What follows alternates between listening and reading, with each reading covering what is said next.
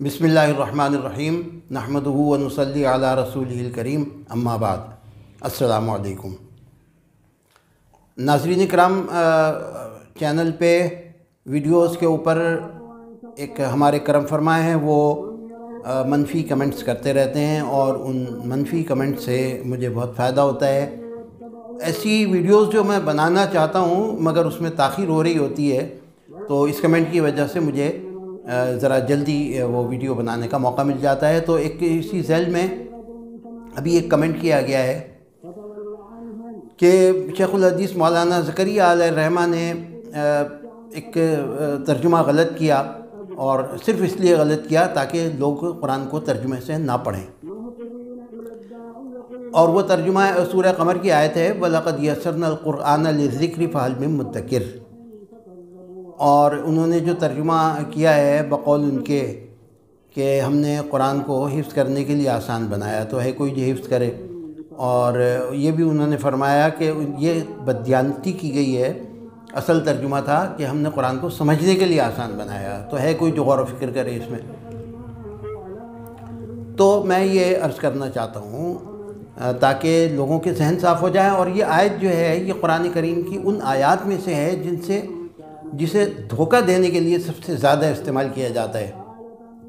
تو پتہ نہیں لوگوں کو خوف نہیں ہے، بالکل ہی بے خوف ہو گئے ہیں، کوئی خوف خدا نہیں رہا۔ اس آیت کو کہتے ہیں کہ اس کا ترجمہ ہے قرآن کو سمجھنے کے لیے آسان بنایا۔ اگر یہ اپنی بات میں سچے ہیں تو یہ بتائیں کہ سمجھنے کا جو ترجمہ ہے یہ کون سے لفظ کا ہے؟ اس آیت میں وہ کون سا لفظ ہے جس سے سمجھنے کا ترجمہ کر رہے ہیں؟ دھوکہ، اور صرف دھوکہ۔ یہ ذکر کا لفظ ہے جس کا ترجمہ حفظ کرنے سے تو ہو سکتا ہے لیکن سمجھنے سے نہیں ہو سکتا۔ کا اصل ترجمہ جو ہے وہ یہ ہے کہ جو میرے نزدیک جو مجھے سب سے زیادہ بہتر معلوم ہوتا ہے، ترجمہ تو کئی طرح ہو سکتا ہے، کہ ہم نے قرآن کو نصیحت حاصل کرنے کے لیے آسان بنایا، تو ہے کوئی جو اس سے نصیحت حاصل کرے، عبرت پکڑے، یہ مفہوم ہے۔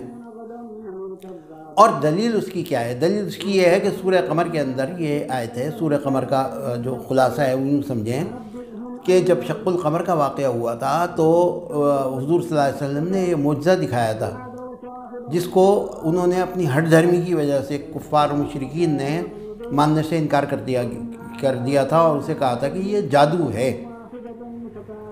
اس پر انہیں واقعات سنائے گئے۔ سب سے پہلے حضرت نوح علیہ السلام کا واقعہ کہ انہوں نے تبلیغ کی، ان کی قوم نے نافرمانی کی، جب وہ نہیں مانے کسی صورت سے تو ان کے اوپر عذاب آیا، وہ تباہ کر دیے گئے۔ پہلی بار یہ آیت استعمال ہوتی ہے وَلَقَدْ يَسَّرْنَا الْقُرْآنَ لِلذِّكْرِ فَهَلْ مِن مُدَّكِرٍ، نصیحت حاصل کرنے کے لیے اس سے نصیحت پکڑو، اس واقعے سے۔ اس کے بعد قوم عاد کا واقعہ ہے، ان کی نافرمانیوں کا تذکرہ ہے، پھر ان کی تباہی بتائی گئی ہے ان کی نافرمانیوں کے سبب، پھر یہ آیت ہے دوبارہ۔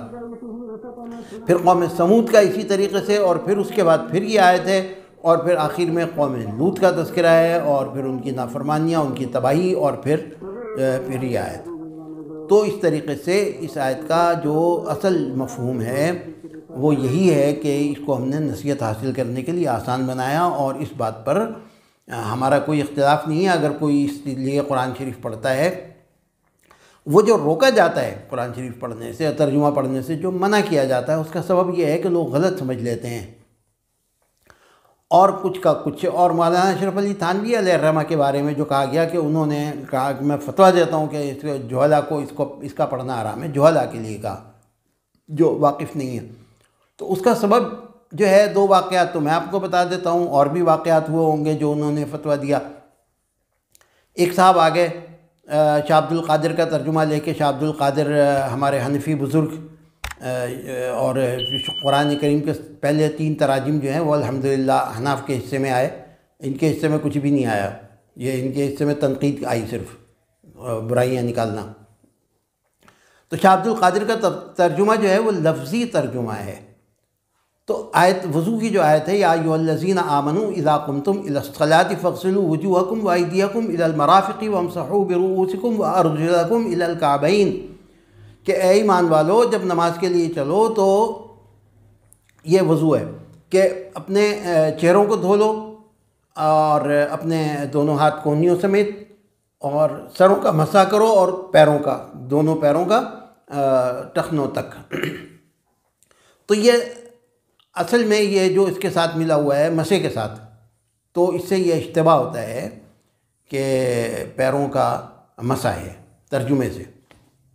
تو جب حضرت تھانوی علیہ الرحمہ کے پاس وہ شخص آیا اور اس نے کہا، تو وہ کہتے ہیں کہ میں پریشان ہوا کہ میں اس کو کیسے سمجھاؤں، اس کو نہ عطف کا پتہ ہے کہ عطف کیا ہوتا ہے، نہ اس کو اعراب کا پتہ ہے، تو اس کو کیسے سمجھاؤں۔ خیر اس کو جیسے بھی سمجھایا ہو۔ ایک اور صاحب آگئے، یا ایھا الذین آمنوا لا تقولوا راعینا، اے ایمان والو رائنا نہ کہا کرو۔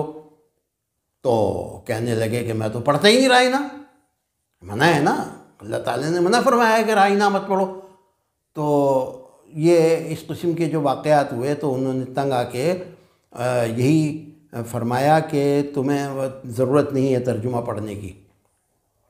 تو اس سے مراد یہ ہے کہ خود سے مت پڑھو اور کسی استاد سے، یہی ہم بھی کہتے ہیں کہ استاد سے پڑھو، مجتہد بننے کی ضرورت نہیں ہے۔ اور اگر کسی کو یہ زوم ہے تو یہ ناچیز احقر جو ہے یہ دعوت دیتا ہے کہ کوئی بہت بڑے کلاکار فنکار ہیں تو تشریف لائیں، میں دو چار باتیں میں بھی ان سے سمجھ لوں گا، ذرا پتہ تو چلے کہ کتنی قرآن فہمی ہے اور کتنا قرآن شریف آسان ہے۔ تو اللہ تعالیٰ جو ہے وہ صحیح بات سمجھنے کی توفیق عطا فرمائے اور ہدایت عطا فرمائے۔ وآخر دعوانا ان الحمد للہ رب العالمین۔